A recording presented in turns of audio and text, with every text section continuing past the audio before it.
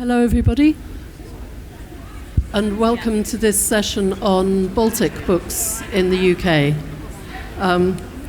My name's Kate Griffin. I'm Associate Programme Director at the National Centre for Writing, and I'm joined by our panel of publishers. We have Juliet Mabey from One World, Simon Smith from Peter Owen, Emma Wright from the Emma Press, and Richard Davies from Parthian Books.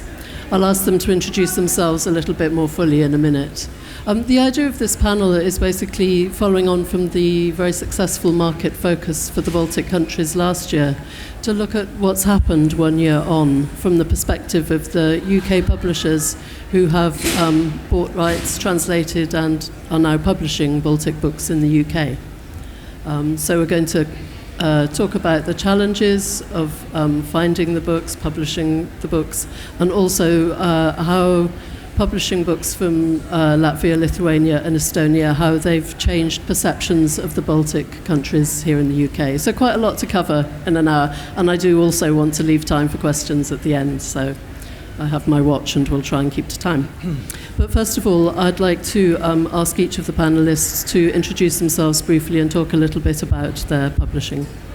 Emma? Hello, everybody. So I run the Emma Press based in Birmingham. When I started it in 2012, it was a poetry publisher for adults. And then a few years in, I added in short stories and then poems for children. So that's when I started being more interested in finding translations as well. I was really keen to build a strong list of poetry books for children, for slightly older children as well, kind of 8+, so not so much for babies. And that's how kind of my journey into publishing translations began. Would you like me to talk about the books I published as well? Yes, okay. So I hadn't previously published any translations, but I was assembling a list. So I had a few I was keeping an eye on. So a Dutch book, Super Guppy by Edward van Vendel, which is actually coming out this year, and a Spanish collection of poems by Carmelo Iribarren, which again is actually coming out this year. So I was kind of slowly kind of planning, but what was the real catalyst was being invited to Riga on a publisher's visit ahead of the market focus. And again, I was looking just for children's poetry. And I ended up acquiring rights to The Noisy Classroom, which is a collection of poems about school by Eva Samalska, Eva Flamingo in the UK. And so that was the first poetry book in translation that I published. But the trip was really useful. It really kind of pushed me to learn more about dealing in rights, working with other publishers, working on translations, and I found some really good relationships with other publishers like Lils and Mas, like Peter Gallis, with the rights agents, and for me, it felt like a training ground in how to start doing this, and then I grew in confidence and started acquiring more rights to books. So I also saw some books which I wasn't planning to publish, but I really liked them. So I decided, after lots of conversations, to kind of expand my sense of what the Emma Press was. So not just poetry and short stories publisher, but perhaps as much a children's publisher as a poetry publisher. So I saw some beautiful picture books. So The Queen of Seagulls by Ruta Brida, and also The Dog Who Found Sorrow. That was a book I'd heard a lot about, and then I just really wanted to publish it. So it was a really impactful trip for me and the Emma Press in general, and it's led to the Emma Press publishing the Book of Clouds, which is another collection of Latvian children's poems, and an Estonian collection. So I was having lots of talks with the Estonian Children's Literature Centre. So I published Everyone's the Smartest, which is poems by Contra, translated by Katalin Kaldmar and Richard O'Brien, and then also the most recent books which have come out this year have been a chapter book, so prose for children, which again I wasn't really planning to do, but I saw this book which I really liked, and it's about a girl who feels embarrassed that she doesn't know any languages and decides to learn a lot, and that felt like it was timely for the UK and looking outwards. And then also this collection of Vicky books, which was a really big thing in Latvia for the last few years, these sets of 6 little poetry books were published, I think sets of 6, adding up to 101. And I was really, really intrigued by them, but I couldn't quite work out how I was going to market them and sell them. But then eventually I figured it out, so here they are, the first Vicky books. But yes, that's an overview of how I started and how I'm getting on now. Yep. No, hi, I'm Simon Smith. I work at Peter Owen as an editor and rights manager, so I have some responsibility for commissioning, hence, I guess, my appearance here. Peter Owen's been around since 1951, known mostly, I guess, for translated fiction. We're one of the early sort of family firms that were doing a lot of it in the 50s, 60s and 70s before many people, I guess, and some big names on the list from the time, including Jean Cocteau or Salvador Dali's only novel, that's a good one, Anna Kavan, Yukio Mishima. I could go on. There's a fair few, some fairly high-profile stuff. Broadly literary, if you can sort of define it as that, adult fiction rather than, very different from Emma. And we've had increasing involvement with literature from Baltic countries. I mean, the first one we did was in 1990, I think, so I couldn't find a copy to check the exact date, which was by a Latvian writer called Albert Spels, which we will be reprinting as part of our modern classics series later this year. But were you going to talk about sort of, the books that we've done later, or is it now the sort of time to bring that in? Yeah, I think that would be the time. Yeah, okay. So prior to the books that we did around, if not necessarily for the market focus last year, we started on a series from Estonia based on a sleuthing apothecary called Apothecary Melchior, who has been hugely successful in Estonia and indeed, I think, done pretty well in France. Is that right, Elvin? Yeah. Okay. And we've done 2 out of I think there are 7. We're working towards perhaps sort of continuing the series, but we need to discuss with the agent before I can say anything further on that. We also published another Estonian novel by the academic and poet Jan Kaplinski, sort of a coming-of-age novel based in the set in the early 60s, which I think we did that about 8, 9, 10 years ago, something like that. And then for the market focus last year, we've been running a series called the Peter Owen World Series, which is 3 titles from one language or one country or one sort of defined region. And it seemed a logical step to do 1 Lithuanian, 1 Latvian and 1 Estonian title, which we did for last year. You'll probably see them popping up on there. They've got a yellow slab at the bottom, so they'll come round in time, so keep your eyes peeled. I think that's sort of a little overview of where we are with Baltic literature to date. Right. Hello, I'm Juliet Maybe. I'm the fiction publisher at One World. We had done a little bit of translation for our non-fiction list, but when we set up a fiction list in the end of 2009, one of the first novels we were offered was a Norwegian novel, a dystopian novel called The Unit by Nini Holmqvist. So from the very beginning of our fiction list, we've combined English language writing with translation. And we now have something like, I think, authors from 28 different countries in translation, from all over, from Iceland, Iran, Iraq, Latin America, and quite a few countries in between. We were very fortunate to be part of the market focus event for last year's Baltic literature. And through the assistance of Ruta, who's here, from the Lithuanian Cultural Institute, she did an excellent, she selected titles to send to us that she thought might be of interest, with very comprehensive, detailed information on the books and the length and what they were like, and also arranged with British Council to have an event at the British Council offices in London prior to going to Lithuania, which was very helpful for giving us an overview of what the literature was like in Lithuania, what the book-selling market was like. And during our visit, we also met a number of authors, and we actually bought Alvydas Slepikas's book, which is coming out in June. So we publish from a lot of. This is the only book we've done from the Baltic market focus project. Lithuania was the only country we visited. We were offered options to go to Estonia and Latvia, but we didn't have time. But one of the difficulties is finding translators who can read for you and give you an insight if you don't have a long enough translation sample. So we were very fortunate to find a number of translators who could read Lithuanian, which with help from the Lithuanian Cultural Institute. So our sum total is due to that project. Hello, I'm Richard Davis, publisher with Parthian. We're based in Wales. We do three types of books, really.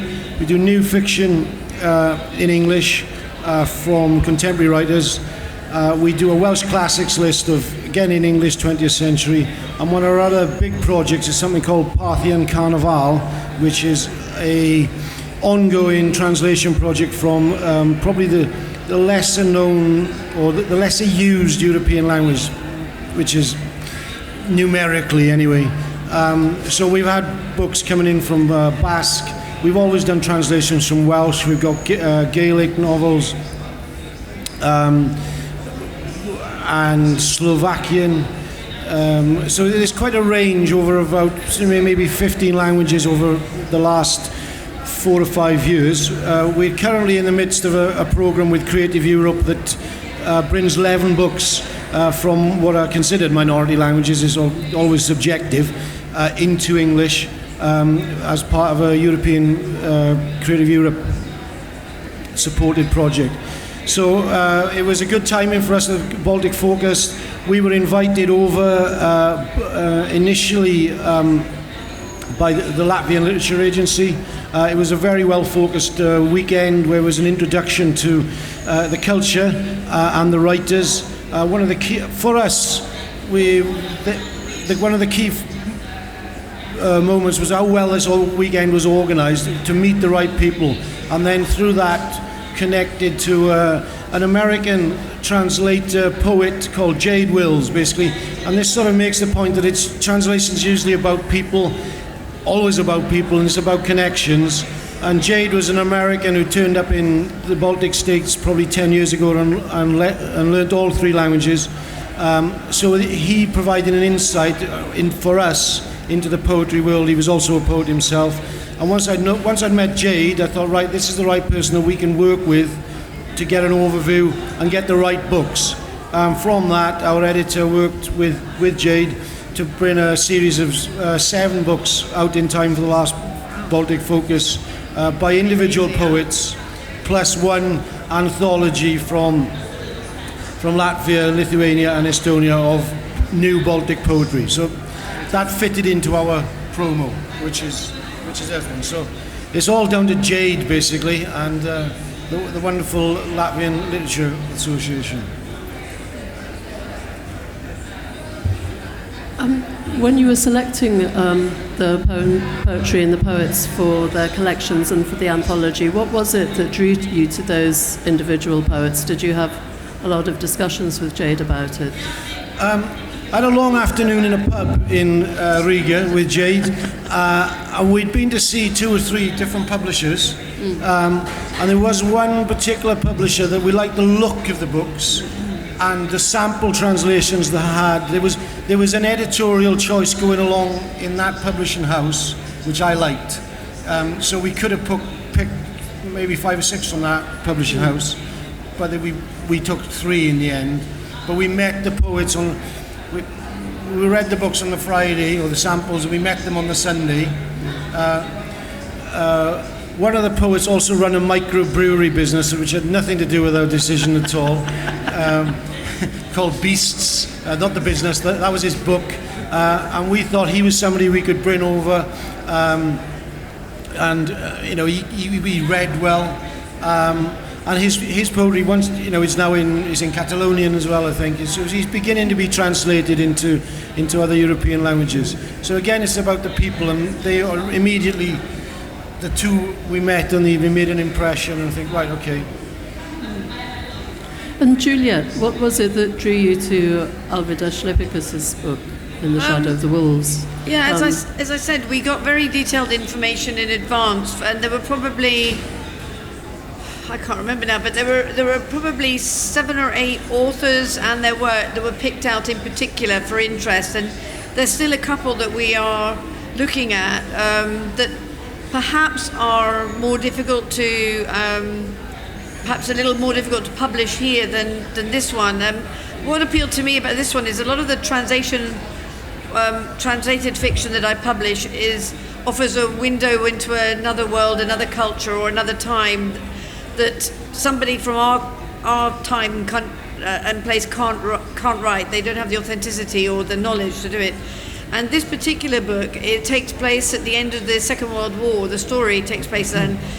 And it even in Lithuania, it was a little-known subject, and the author had been asked to produce a documentary about what they call the Wolf Children, which was at the end of the Second World War. There were a number of there was a lot of poverty in Germany, and it was under Russian control, East Germany, and some of the women there, the men often didn't come back from the war. The women were fending for themselves, so they had to feed their children, and a lot of the children would go into the forest between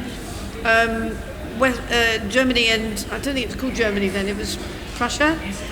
Yeah, sorry, East Prussia, let's say, and Lithuania, and they would go across to find work or to find food and to come back. And many of them, in the end, the mothers couldn't necessarily look after them, and they would actually be adopted by Lithuanian families.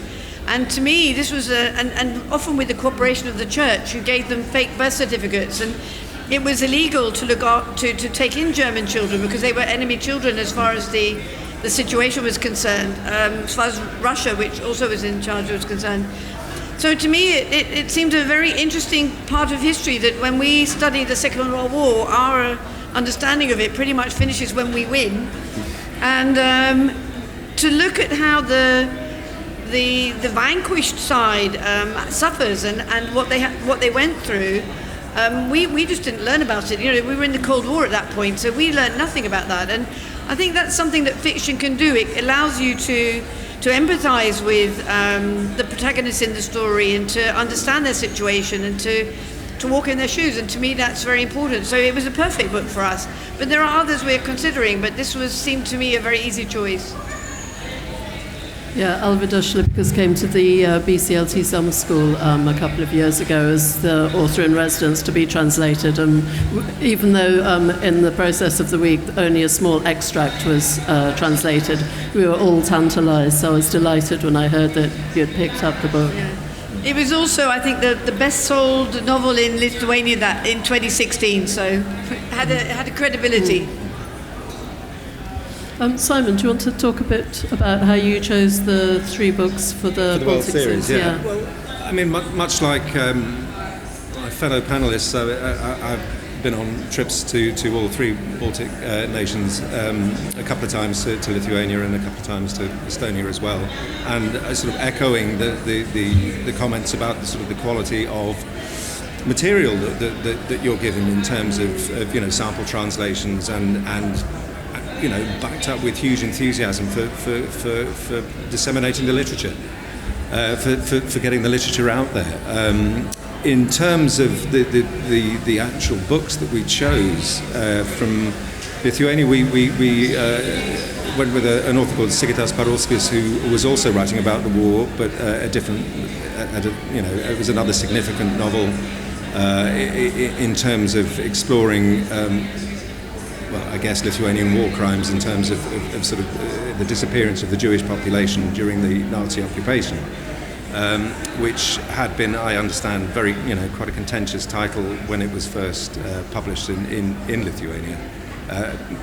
On one of the trips, met Sigitas. So it was that sort of slight personal connection. Got on quite well. Thought it would be nice to work together. At that point, we hadn't devised our series, so we were thinking of it as a standalone novel, but when the time came for this, this felt like, not that we hadn't seen other things, but this felt like the right one to choose. I mean, it really is a bit of a nebulous way of going around things, I agree, but it just, kind of felt right. With the Estonian book, we've been presented again by the Estonian Literature Culture Institute, who Kai Aralid was our author, who is, I guess, would you describe her as sort of up and coming, sort of making her name, or established but sort of growing in terms of her reputation? And it was just, the sample translation that we received was brilliant, and it was just made you want to read more, I think. And then, obviously we had the backing material, and again, with the book that we chose from Latvia, which is a title called Green Crow by Kristina Ulberga, which is a completely different book altogether. I mean, it's a very it's quite a harrowing book of sort of mental health issues and abuse and escape into fantasy. Without going through the plot, I mean, but it's funny as well, which came through with the sample that we read. So, again, these things I can't, with books that you choose, I think I personally find it very difficult to say, because X, Y, and Z, this is why we had to have this book. It's just kind of a feeling, I think, and and the three books were very different, and they seem to work, well together as a result. So, And Emma, I mean, your trip, your introduction to Baltic literature seemed to have inspired a whole kind of expansion of your children's list, which is, impressive. What was it that was so special about these books that made you want to expand in this way? I think it was partly the design. So I think Latvia isn't as well known as it should be for its illustration and design.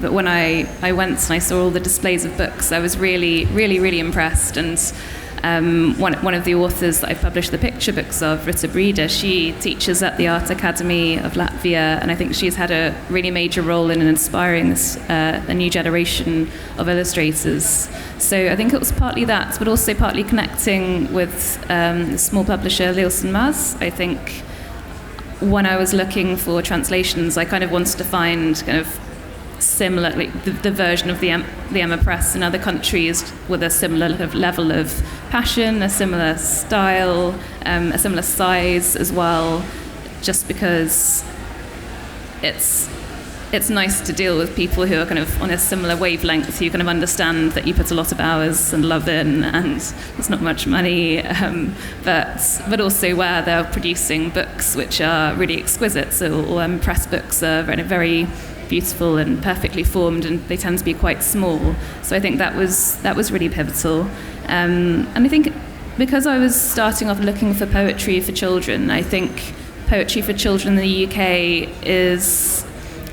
it's a much smaller world than poetry for adults. I don't think there's as much of an infrastructure for development of writing. So when I wanted to develop my children's poetry list, I really wanted to look to the rest of the world for what else was being published, and I thought maybe I could kind of kickstart maybe slightly more challenging children's poetry. I think there is some brilliant children's poetry being published in English, but there's also quite a lot of lazy children's poetry, which is just quite one note, and it's fun, but reading it, you're not necessarily going to carry on reading poetry into adulthood because you don't have to try that hard. It's so hard talking about poetry. But I wanted to find poetry which would help kind of with that transition between reading poems for babies and poems for adults. And I guess I was very lucky in finding that straight away. So with Noisy Classroom, they're poems about school, but with a focus on kind of anxiety and loneliness. So they're challenging but beautiful, but also with this kind of magic element. So that was exactly what I was looking for, the kind of poem where they could be still your favourite poem into adulthood, which I assume is less the case for kind of I don't want to say silly, of course I love silly things, but kind of poems about kind of bums and farts and things, they're not necessarily the poems that you take with you through your life, whereas I felt poems in this book really were the kind of poem that would really stay with you. And then I was shown The Book of Clouds, which is by Lilson Mars, that's by Joris Kronbergs, and they're poems about the weather, but with a really kind of satirical eye on how, in theory they're poems about the clouds, but actually they're poems about people and politics, so that's fantastic as well. And With Everyone's the Smartest by Contra, they're also poems about school, but very surreal and strange, and they were quite difficult to work on the translation of, actually, because the jokes, there were kind of 3 jokes per line with many puns as well, so they were challenging on many levels, but I felt it was really important to bring them to a UK audience, just to try and shake things up. I was trying to change things and upset people, hopefully. But yeah, so that was the children's poetry. Could you talk a little bit more about the translation process and how you went about getting these books translated? I mean, obviously there are particular challenges of translating for children and particular challenges of translating poetry. Yeah, so what happened with actually all 3 of the Baltic children's poetry books is that I ended up kind of pairing up translators, or a translator with a poet that I'd worked with already, just to kind of get that finished poem, which was definitely, hopefully captured the exact spirits of the poem in the original. And it kind of varied. So with Noisy Classroom, we had the wonderful Janetta Vaveri Pascalini, and she was working with Sarah Smith, and then I paired them with Richard O'Brien, who was one of my poets and editors. And they did a really great job together. I think it was, the atmosphere of each poem was so precise and complex. I think it kind of needed that team. And then With Everyone's the Smartest, there was also a group of 3, so Caitlin Kaldmar and Charlotte Gita and Richard O'Brien. And that was, the rhythm of every line was so intense, and all the jokes, and yeah, there were lots of judgment calls to be made. And the Book of Clouds by Joris Kronbergs, there was Mara Rosidis, and also paired with Richard O'Brien. So it's kind of in-house, sort of paired up with translators. And then with the books of translated children's poetry I'm publishing this year, there's just one translator attached, and they had a really good feel for the poems as well. So Super Guppy, the Dutch book, will be translated by David Kulmer, and the Spanish collection by Ira Barron is translated by Laurent Schimmel. So it kind of varies on the kind of poems, the translators, whether they specialise in prose or poetry. I think that's a really big part of it as well. So The Secret Box, which is the collection of short stories for adults, that was translated by Jade Weller as well. So it kind of varies, but I think poetry is a difficult one, and I thought, with children's poetry, I assume children don't really care that it's a translation. They won't give it a tiny bit of extra sympathy and think, oh, it's hard. They'll just care whether it jumps off the page and makes them laugh or makes them feel something. So I really wanted to get it right. Richard, you worked with Jade to edit the series. Did he also do all the translations, or did you work with other translators, and what were the challenges? We worked with a group of translators. So I'd like to say something about the translation is obviously the absolute key, but often we, as publishers, we get shown a lot of books and a lot of samples, and that's the first sample that you read. Often that is so important for for publishers to try and get their work out into the English language. The first sample has got to be good, because we get shown so much. It's quite easy to dismiss something. Well, that's not reading right. That's not really, you're looking for reasons to say, well, we don't want that one. We want something else. So that first translation is key. And having been to several expositions of other literatures, it can be it can be variable, hugely variable, and some of the translations are not really good enough to show to an English publisher, a British publisher, because you can't get a grip of them. So the advantages that we had with the Latvian visit, that the poetry was, the samples were well translated. I struggled to get into the fiction that we were shown, and we visited Lithuania as well, and we did work hard because we wanted to do something, but we couldn't find that one gamble. And then also, we've taken a lot more books from being in another culture rather than, say, here at the fair. We don't really buy much at the fair. We are re-cementing relationships that we've made in other places. It's much more effective for us, and I think some of the other small publishers, to meet the people and to know who you're working with. The mass of things you can be shown, which would be some wonderful work, but it's just too much of it. Yeah? So I think the translation initial one is so important. That's very useful advice for anyone wanting to pitch books to publishers, so thank you for that. But so, for the actual translation of the books that you did publish, you said you worked with a group of translators? Yes, because the literature agencies then, obviously we don't speak within our team, we didn't have a Latvian speaker or Lithuanian speaker, so we need a little bit of direction. Who are the translators? Other books that we'd taken a book from Greece last year, and our marketing editor, who is Greek, says you've got to publish that. So it's all about recommendations and those connections.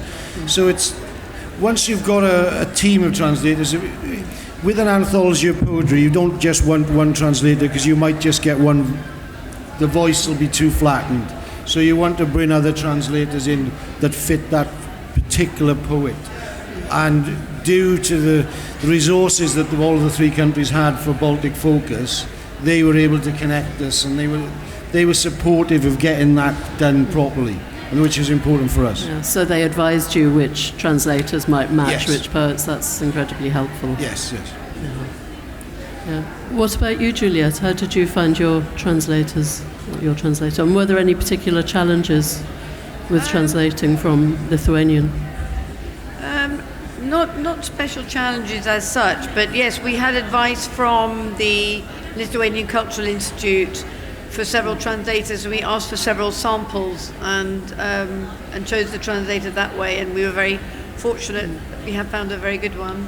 But it is difficult if you're dealing with because often if you only specialize in one language, say Spanish, and you do mainly Latin American, the translators often know each other, and it's quite difficult when you move into a new area that you don't have anybody in common. So to have somebody to introduce you is incredibly helpful. But I totally agree about the quality of the sample. I was in Germany in the summer, and the thing that all the editors were trying to impress upon the publishers were it's not about the length of the translation, it's the quality of the translation. Because you're judging it, and it's really important. Even a short sample, but very, very carefully translated and edited, will be more influential for the publisher than a 2 chapters, 3 chapters. A good synopsis. It's also really helpful for if any translators are pitching projects, that we know the word length, because that affects our costs. That we have a good synopsis, a very good sample, preferably a full manuscript from the original language, succinct author bio, information that will help us market the book in-house if we're in a big publisher where we have to convince other people to support it. You need to know things like whether it's won any prizes, what its sales are like, and obviously we know that some country a bestseller is 3,000, another country a bestseller is 100,000, but you can still convey that kind of information. Any reviews that it might have had, that if preferably translated, because Google Translate is really awful, particularly for reviews. They sound terrible. And if it's a language that people are not that familiar with, it would be helpful if the translator is also familiar with the way you can get grants or grant information. So those things are really, they cut the process down significantly if you have that information from the start. And when Elvidas came to the summer school, he was very involved in the translation. He spent the whole week answering questions from the translators about the text. I imagine it wasn't really feasible for him to be quite so involved in the translation of the whole novel. But did he work at all with the translator on that? Elvidas? Yes. Yes, in great detail, so yeah. I mean, it's also helpful. I mean, this is probably a conversation for a different time, but there's an issue if the editor doesn't speak the original language, and there are issues that need to be tweaked for our market. I mean, or any modification of the manuscript that needs to suit our market, and often there isn't any, but sometimes there is. The translator often has to act as a go-between, because if I can't speak Arabic, I can't have a discussion with the author about why I have a problem with a certain passage. But the translator needs to step in and do that, and they're incredibly influential in the quality of the final text if they can do that. And were there any issues in this book that needed that? No, it was a very literary but historical saga, and it was straightforward, effectively in terms of the structure and content of the novel. Well, we had one slight problem, that some of the sentences were very, very short, and some of them were joined together by numerous clauses.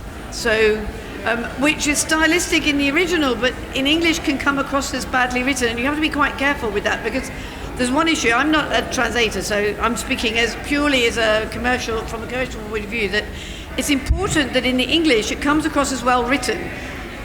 You don't want to flatten the style of the original at all, but you also don't want, there's another issue with, there was a lot of repetition of the same words, which it might have been stylistic. I can't speak for Lithuanian literary traditions, but if you use the same word many times in English, it just seems badly written.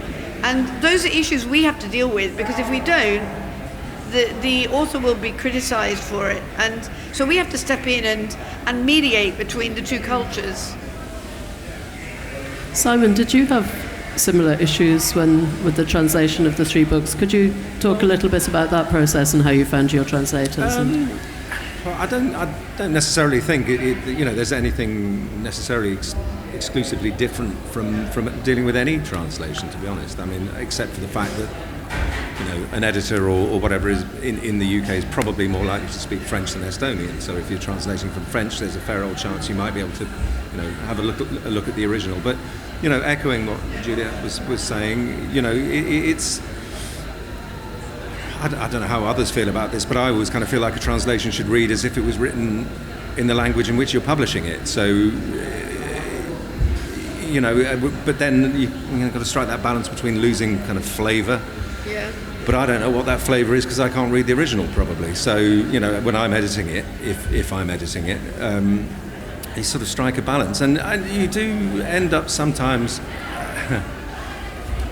having a bit of a dust-up with the translator, or indeed the author, if the author speaks the target language as well.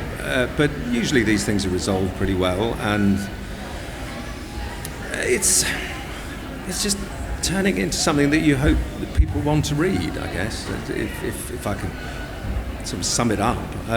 But no, I don't think there was anything sort of exclusively that sort of jumps out with any of these three books, because I mean the translations were all good, and they gave us something. They gave us text that we could work with, and I hope for those who have read it feel that these are books that we've done our part in, the translator's done their part in, to render and effectively rewrite an original text. So maybe. So you've produced the books that you want, that you think that people will want to read. How have you been telling them about the books? What have your promotional plans been? I mean, in your case, they're part of a series. Yeah, Has that kind of helped? The series was readership? sort of devised. I mean, we've done several series. This is just one. But the difficulty of getting any notice for any work of fiction, whether it be written in English or not originally, is unbelievably hard. I mean, I don't do sales and marketing, so I can't speak about any sort of specific campaigns or particular campaigns or whatever. But the whole idea behind the series was to try to create a a little bit more than just one book, which is a drop in a however many 100,000 book ocean of books in English, you know. So if you've got 3 living authors, and that was another stipulation that the authors be alive. I mean, we do a lot of classics, but obviously you can't drag the authors along to events for that kind of thing. So just to try to get a bit more traction and get a bit more notice, and maybe the press will go, oh, that's kind of interesting. Somebody's doing 3 books from Slovakia, or you know, we haven't seen that before, you know. But whether that was a success or not, I couldn't possibly comment. I don't really know. I mean, the press don't come along to book launches, as far as I'm aware, much these days. We don't get table space in bookshops because we probably can't afford to pay for it, you know. So it's kind of tough. But I don't think exclusively, you know, for the purposes of this presentation. I mean, that's nothing that would be exclusive to books from the Baltics. I mean, that's just a general it's a general gripe. We could go on forever, yeah, we could. Don't start me off. Okay. Moving swiftly on. Juliet, Elvidus's book hasn't been published yet, but you said that you have a full publicity plan for it. Could you maybe talk a little bit what you did? Yeah, I mean, publicising translated fiction is an issue on several levels. One, they often live abroad and you've got to fly them in. 2, London hotels are excruciatingly expensive, so you have to have them here for 3 or 4 days to make it worthwhile. You often have to pay for an interpreter, so it's an expensive business. Fortunately, the Lithuanian Cultural Institute is very supportive, and we will be bringing Alvidus here, and we will do the normal things that we do with everything. We produce proofs. This isn't the real book, this is a fake. And we send out press releases to all the literary reviewers. We then, when the finished book comes, we send that out again. We also will be arranging book events and often in conversation with the translator. And we will also be doing something in America where we're publishing the book as well. So we will, and of course then from a marketing and sales distribution, it will go all over the world. It will everywhere in the English language. So it'll be in Australia, India, and everywhere else. Yeah, I mean it's expensive. If I can have a gripe, I'm allowed one, I think. I won't bore you, but my gripe is that the London Book Fair organises market-focused events about 9 months ahead, and publishers whiz over to these countries. And I went to Indonesia in the summer, and everybody was saying, "Can you get the book out for this March?" And that means you have to find one, choose it, translate it, edit it, typeset it, proofread it, print it, do all the publicity marketing in advance in probably about 4 months. Obviously you can do it. We can print a book in that time, but to publish a book effectively, you need to be ticking every box along the way. And, you know, in this day and age, it's hard to publish literary fiction. It's even harder, I don't care what the bookseller says, it's even harder to publish translated fiction. And if you're going to spend all that money and time doing it, you want to do the job properly. Ideally, market focus we should be now talking about the market focus in 2 years' time. We don't actually know the country for next year. That's my gripe. I think that's fair enough. Thank you. Richard, I wanted to ask you about how you're promoting the poetry books. Are you bringing over poets? Are you involving the translators? What are your plans? I think the Baltic focus must have known a little bit ahead than they did this time. They did it a little bit further. Yeah, so we had a year to develop to develop the series. The series. We didn't go in with an idea for the series. That grew from what we were going to do. We thought, well, if we might as well do one book of Baltic poetry, we might as well do 3 or 4, and then another translator offered us an Estonian book. So then we had Estonian, Lithuanian, and Latvian. So we had a series almost by default. So we had that all out by last London Book Fair, and the cultural agencies were very good at bringing a selection of the authors over. So they took part in events. they've been over to other book fairs as well. So that was, I think the series give it a bit more weight, sort of critical mass. That's what we aimed the series at, because selling poetry itself is very difficult. We go to the sales conference at Compass, and I said, well, we don't think you're trying hard enough, so we've got a series of Baltic poetry in translation for you to sell this year. So it's like, it's not a lot of poetry is sold face to face. There's reviews, yes, but it's events. So we focused on that. Interestingly, the one novel that we've got out, which isn't actually physically out into the world yet, apart from a few copies, because it's by Albert Bells, which Peter Owen published in the 70s. It's not the same novel, obviously. So we're looking to work with Peter Owen in the autumn, because they'll have a reprint of their novel, and we'll have a new edition of Albert's novel that was suppressed under the communist regime. So we're hoping then that two publishers working together, we can get some more promotion on that basis, and get some serious literary reviewing of a significant European writer who hasn't been that well known yet. So there's something about a critical mass sometimes. That sounds very good. Yeah, and you made the point that actually with the Baltic countries market focus, we did know quite a long time in advance that it was coming up, and I think that was one of the factors that contributed to the success, because there was that long lead-in time that really helps. I want to go back to Emma now with one last question before I open up to the floor. When Emma was talking about, I think it was these little books, she said that she loved them, but she had no idea how she was going to market them. So do you have an idea now? I have more of a sense of it now. So I had my visit to Riga with Latvian literature in 2016, and because I was looking for poetry for children, of course, they showed me these because of them. It's each one classic Latvian poem and kind of spread out across a little book, so it's like a picture book but one poem. So it was in my wheelhouse, but because I was still quite new to publishing children's books, that I thought, I don't know, what can I do? Then I was thinking more about, framing them as, a kind of a read and write kind of thing. So originally I was thinking I'd produce little booklets that would be kind of learning to write, and then you'd learn to read. Something that would kind of, it's hard with publicising translations, because of course it's really valuable and wonderful that they are translations, but you don't want to get pigeonholed into kind of a serious, it's translations, that's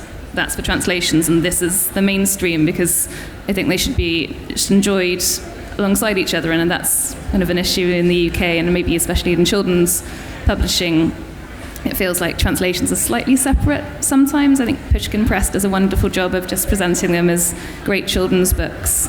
And I think by the time I decided to take these, I'd run a lot of author tours, so with authors coming over. So we had Jeva Samalska, we had Dina Dabuna, Rita Breda, Alina Breslina. They'd all come over, and we'd organised kind of mini tours where they did a few school events, maybe a festival. So I felt more confident about an alternative way. So rather than just kind of banging on the door of kind of mainstream ways of publicising books, running social media campaigns, doing giveaways to librarians and their newsletters, but also contacting schools and bookshops. So I felt more confident about that. And then also with the Vicky books, I've tried, so for the last year, I've been working with the reading agency, and that's just another thing I'm thinking about, kind of assessing how well it's worked. So with The Dog He Found Sorrow, that's this lovely picture book by Rita Breda and illustrated by Alina Breslina. So we did a promotion for that, where 10 library reading groups kind of pitched to receive a set of 10 books, and then produced a display and sent in feedback. So we've just received that. And then with the Vicky books, we created these activity packs, which weren't too hard. So at the end of all of our children's books, we add a bit of extra materials as well, because I think it's you know, when you finish a book and you're kind of buzzing off the book and you want to kind of, I don't know, engage with it more. So we have ideas for writing poems or writing stories, interviews with the translator, the illustrator, the author. So we have these extra things anyway, but for the Bicky books, we created this activity pack. So we had learned some Latvian, write some poems, create some of your own mini kind of origami books, created posters and stickers, and again, kind of young reading groups, libraries, schools, they pitched for those. So we sent out 150 packs, and they're working on a display, and the best display will win a visit from one of the illustrators in this series. So we're trying things out, and I think, as you can tell, I'm still relatively new to children's publishing, and then poetry publishing is quite small as well. So I'm figuring it out and trying lots of things and seeing what works. But also I've just received a project funding from Arts Council England to work on the children's list. So we'll be trying out more things there and learning about how to contact schools, how far in advance you need to plan for events. I think that's another thing we've done quite last minute. So we'll know that an author is coming over to do a festival, and then we'll only know that a few months in advance, and then we'll have to kind of hustle to try and get enough events, often in Birmingham or in London. So this year is about learning more about that, working out the time frames, making the contacts, and hopefully I'd like to produce a catalogue as well to try and kind of make more contacts with children's bookshops. So I'm kind of throwing everything at it just to see what sticks. Yeah, we were just lucky enough to welcome one of Emma's authors, the Indonesian children's writer Reda Gardiamo, to Norwich just before the Market Focus. And the one book that she was raving about was actually the Book of Clouds that Emma had clearly shown her just beforehand, so that was great. I did promise I'd open up to the floor, so does anyone have any questions? I think there is a roving microphone. Yes, there is a roving microphone. Any questions? I think we have one here. Thank you. I think my question will be to all of you. You all mentioned that you traveled to the Baltics because of the market focus approaching, but did your interest in the Baltics already begin earlier on its own for one reason or another, and you were thinking, because I liked very much what Emma said, that she found this poetry produced in the Baltics, I don't know, surreal and mysterious and difficult and maybe about loneliness, you know, all this Baltic stuff sort of thing. So were you already looking for something like that and then the market focus came, or was it just because of the market focus? It's a great question. Thank you, Julia. Emma? I think I looked at the Baltic countries because of the market focus. So I was really looking for all over the world. I was just looking for that particular kind of poetry. And so, like I said, I'd already kind of I was starting to build this list. And then with the market focus coming along, it just meant that I was then exposed to these children's books from the Baltic countries. So it kind of happened that way around. But like I said, I was really lucky in that the poetry books I was shown by the agents were exactly what I was looking for. And I guess I hadn't really thought about them being particularly Baltic values, but that makes sense of why it's gone really far, and I've now published so many. Our involvement predates anything to do with the market focus, and to be honest, I didn't really clock that the market focus was anything to do with any of the visits, if you like. I mean, that sort of came together later, so we already had an interest, I think is fair to say. So. I've done a few of the market focus projects, and I use them as an opportunity to get a very good overview of the literature, the book selling, and the key players in a particular culture. I find it quite difficult to create a coherent picture when I'm only speaking to one agent who happens to represent, say, French books, one agent who represents Mexican books, one agent who represents, or a publisher from this. You know, we get a lot of publishers asking for meetings, but obviously they're only trying to sell their particular book. So I find the market focus is a very good way of entering that particular environment. And I think I've certainly been involved in the Mexico, the Indonesian, and the Baltic one, and in each case I've bought. No, I haven't bought anything from the Indonesians actually yet, but there's still time. There wasn't actually time, to be honest. That goes back to my earlier gripe that we went over in the summer and we really didn't have very much time. But yes, it created ongoing conversations with both with publishers, with the British Council, with the Indonesian cultural organisation. So those conversations will continue. So for me, it's a very good, and I particularly only really am interested in the ones where I know nothing about that country and am interested in it. And will you continue your connection with the Baltic countries as well? Oh, you said No, not at all. Of course we will. She's in the audience. Just checking.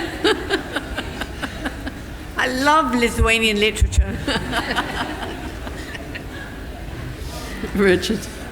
We work very closely with an organisation called Literature Across Frontiers, which is based in Aberystwyth, and it promotes what it says, and they often get they extend invitations for us to go to various cultural publishing opportunities, and one of these was the Baltic Focus. But without the Baltic Focus, I doubt very much whether we'd have had the impetus to do a series of books, because we'd have done something else. The year before we worked with a lot of Basque writers, which we are still doing.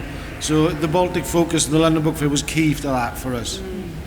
Yeah, having the luxury of time to spend in the countries and getting to know the literature, I think, makes a difference. I think, we've got time for one last question.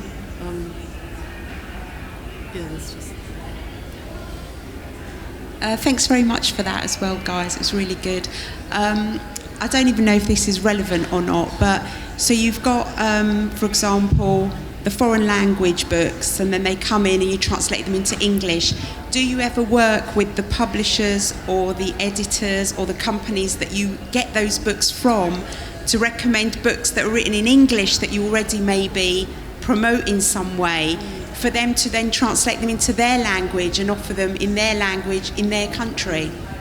So is it a two-way exchange? So it's like exchange? the backward, yeah. Well, yes, I was put in that position in Indonesia when I was talking to several publishers who actually, it was not my list, but they kept saying, oh yes, we bought this and that and other from you, and our rights director obviously knew that, but I'm completely over my head. So they were actually quite familiar with our list, and that relationship continues, but it's not probably, and to be fair, our rights director had asked me for notes when I got back for other publishers she can contact when selling our rights, but the primary purpose is to bring their literature into English. And in the case of Indonesia, there was a publisher, I mean actually more than one, but one publisher had specialised already in translating Indonesian, classic Indonesian and modern Indonesian writers into English, but has a limited distribution. So he was actually looking for co-publishers as part of that experience, rather than looking for people to buy and translate themselves. He'd already done a lot of that work. Thank you.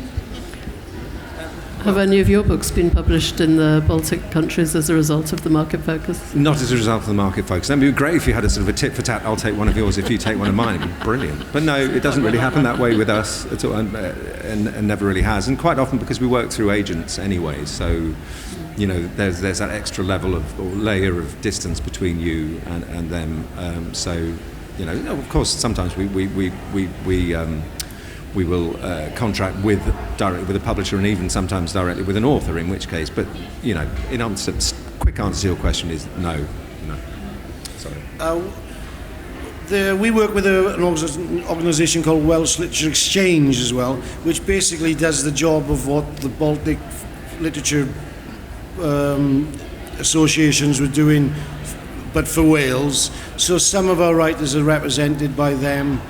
Lots of our books are translated into other languages, but it doesn't work like we'll do one. No, it doesn't tend to work like that. There's a book by Cannon Jones now that we published 10 years ago called The Long Dry, and we've just sold the Spanish rights 10 years afterwards, and it's been in French, Italian, so it's ongoing, but it's a rolling process for the good books. So far not, but I don't know. I hope at some point, I don't think the things I publish at the moment they're not kind of, I don't know, they're very, very specific, they're kind of very new poets and very small books, I don't know, and then themed anthologies with around 40 authors, they're the poetry things and they're quite difficult propositions, but I hope at some point when I've published more original children's poetry and original picture books, then maybe there'll be some exchange.